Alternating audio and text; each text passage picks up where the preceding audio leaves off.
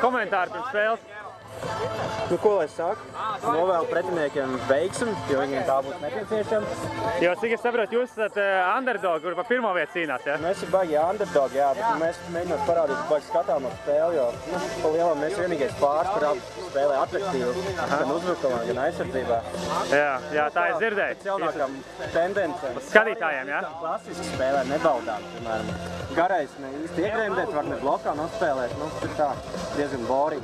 Jā, un garais? GS vai kā jūs tur saucās? Grand Slam. Grand Slam. Komentārs. Grand Slam pirmie gatavojies nopietni, jau mēnesi bija treniņu nometne. Strādājām ar fiziskā sagatavotības treneriem. Tāpat mums ir konsultanti no Jazz Bar. Jā. 5 nedēļas no vietas bijuši Jazz Barā. Cik es saprotu, Bacardi arī bija cieņā, jā? Ir Bacardi bija galvenais sponsors uz atvirdzinošiem dzērieniem un nutrition, tā kā, īsti tā uzturs. Un esam uzlikuši pašlaik mērķi izcīnīt vismaz 2 uzvaras. Minimā, un optimālais ir ar trīnieku. Ar 2 uzvarām no grupas vai netikt ārā? Nu, var netikt, bet tas ir pats minimālais un optimālais ir trīnieks šodien.